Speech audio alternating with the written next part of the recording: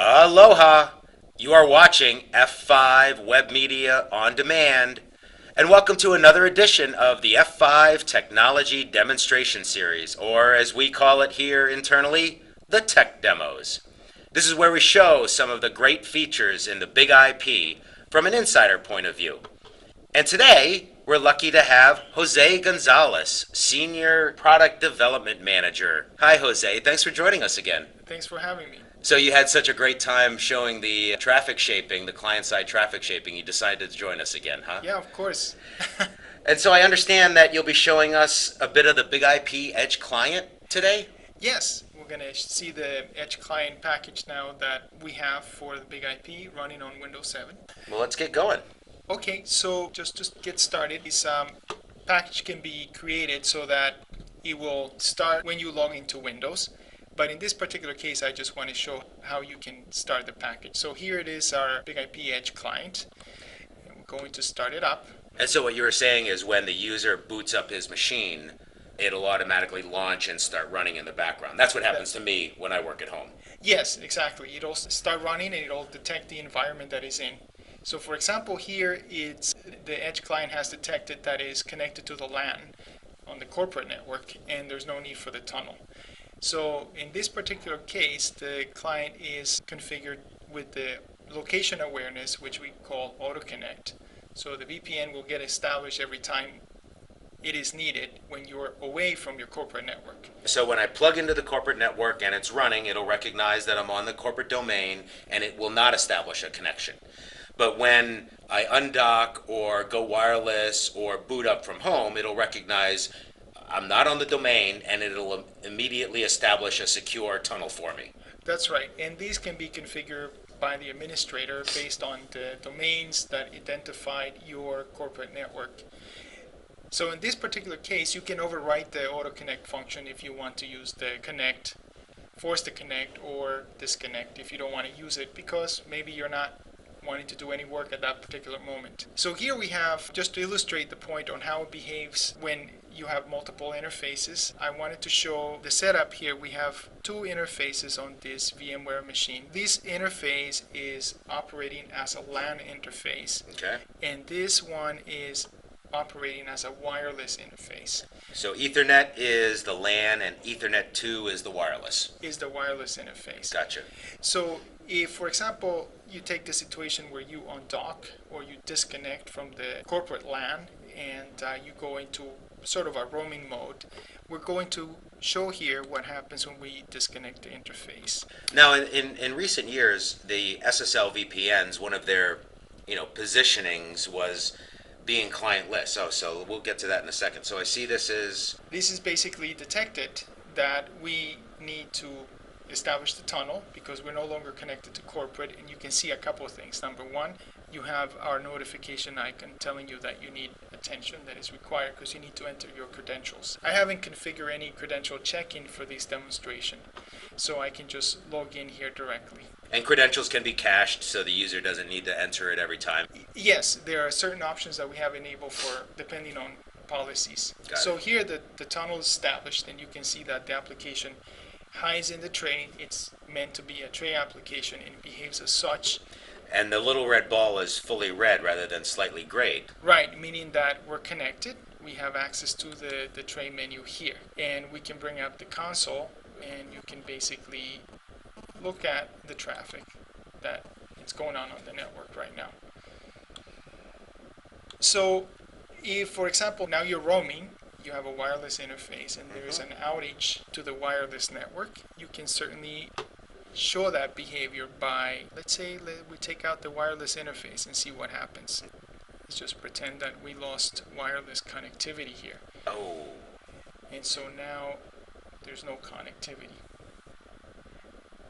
And there it goes, yeah. Yeah, the client detects that there's no connectivity and tells you, and then you have a banner here also. So if it was minimized to tray, well, you get the pop-up. So now we reconnect back to the LAN. We'll try to reconnect, and if we wanted to get more information, we can actually look at details here and take a look at our logs. And we can filter here on events. Let's see, we just want information here. we can see that our tunnel is broken and that basically there's no network connectivity here. So let's enable the wireless interface now, and let's see what happens. You see the icon now is detected the event. It'll reestablish the tunnel. So any connections that you had running, Wow, that's fast. should be able to reconnect. Yeah. Connection is restored. So now what happens if we reconnect to the LAN? Yeah, good question. Let's enable our corporate interface. This could represent an event of you docking your workstation or just connecting to an Ethernet directly. So let's open the client here.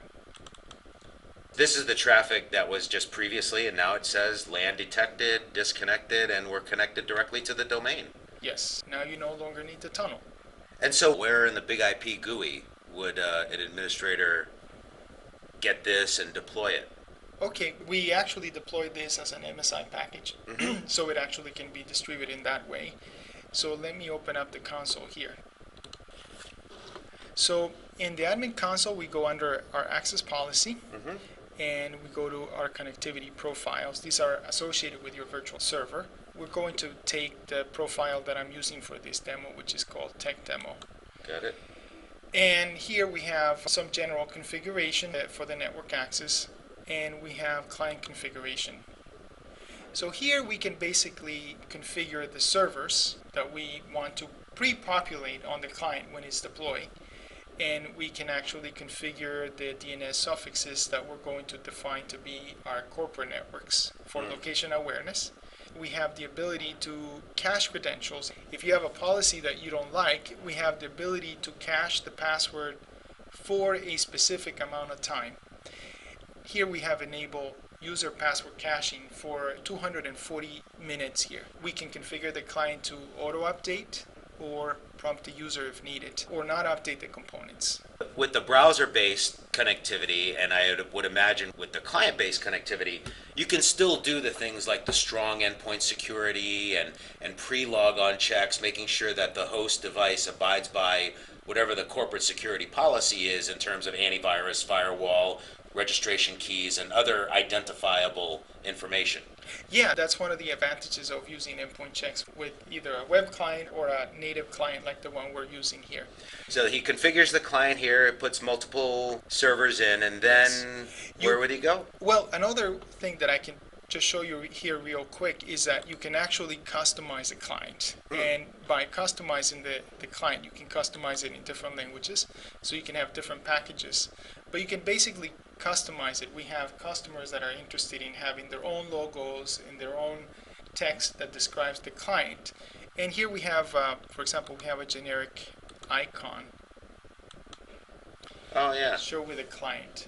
So here now you can, once you customize it, you can go in and download the package by going to Big IP Edge Client for Windows link, and you can select what you need here. For this purpose, you can only pick, for example, the standalone Big Edge client, which would be sufficient to demonstrate the functionality that I've shown here.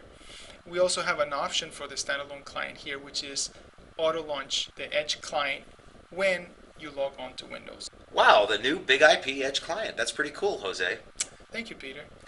And so there you have it, ladies and gentlemen, the Big IP Edge client available in the Big IP Edge Gateway version 10.1 from F5 Networks. Thanks for joining us again, Jose. This was very interesting. And thanks to you, our viewers. Thanks for watching. And so for Jose, this is Peter Silva for F5 Networks On Demand. Visit us at www.f5.com.